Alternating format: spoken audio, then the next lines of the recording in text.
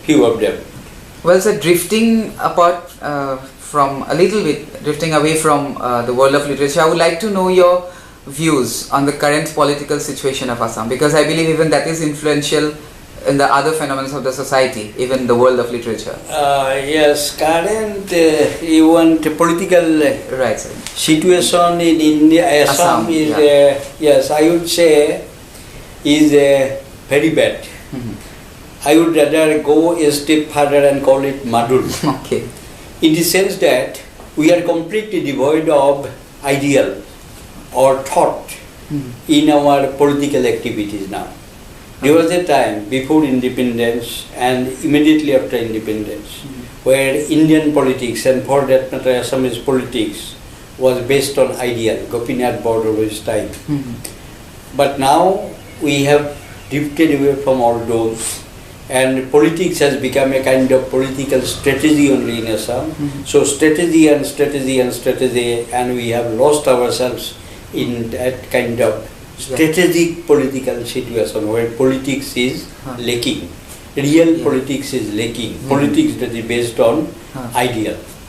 And also this kind of situation, political, say backboneless political situation, you may say, has created an atmosphere where we can now feel that we are sitting actually on a very dangerous volcano. A volcano that can erupt any time and can destroy the whole civilization in the northeastern part of Assam. For example, think of the terrorism that is taking place in the name of politics once again, and think of the way this terrorism is sought to be fought by our political leaders. I think we shall be led to nowhere in such a situation unless we have some kind of politics which has a philosophical backbone of its own. Now, very miserable situation, but I don't think this is a sort of impediment in our way to creating great literature. Because if you study history of world literature, then you will find that always great literature is produced at a time when there is a crisis, great crisis. We are passing through a crisis. We do not know where we go to.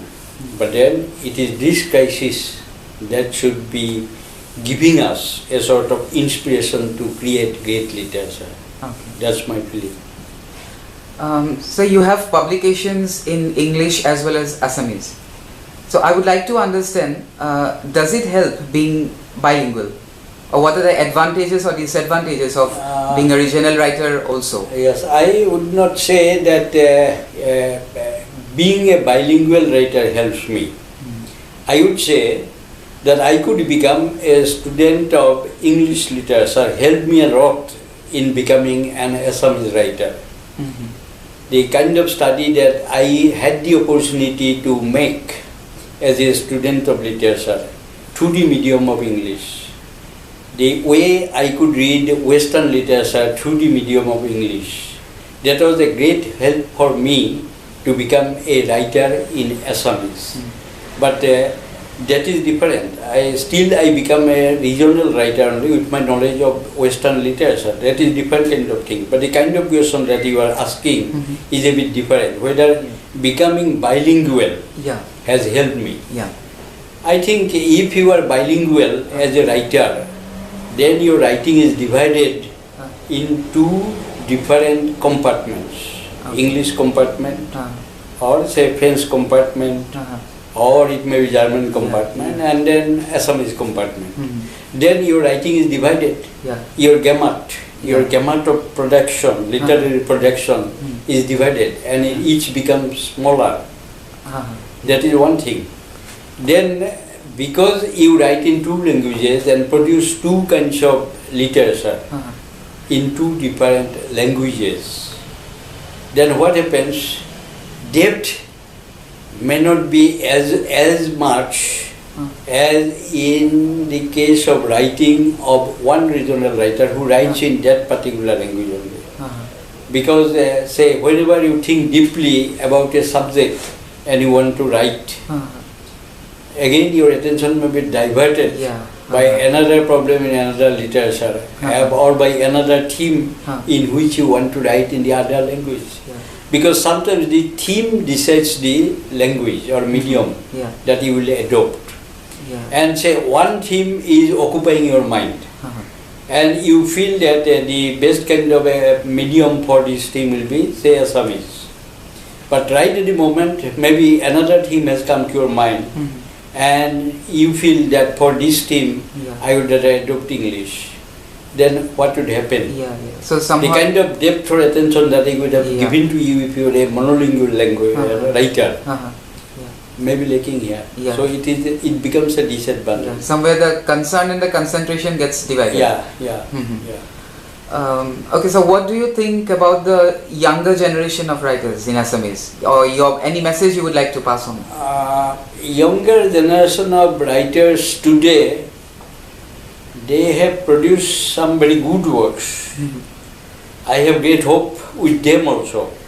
But at the same time, I think that by and large, our younger writers do not have as much study of outside literature, English or any outside literature, as the writers of the Ramdhenu age or Abahan age had. We had two very rich ages of modern Assamese literature, the Ramdhenu age and the Abahan age. So even our Jonaki age, the first modern period of Assamese literature, writers were well versed in literature that was produced elsewhere, for example in Bengal, for example in English. But today's Assamese young Assamese writers, I feel do not have, or I see from the writing, they do not have, many of them, not all, many of them do not have as much study as their predecessors had. It's widely seen. Yes, so I think in order to be a good writer, you should not only have experience, you should not only have thoughts and feelings and imagination, you should also have study.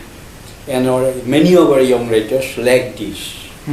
So since you want to know my message to the young writers, the message will be this: you read as much as you write. You should not only write, you should also read. And you write as much as you read. This is my message. So the extensive reading. Yes, extensive reading, So with this valuable advice of yours for the younger generation, we have come to the end of this conversation. It was really wonderful talking to you, sir.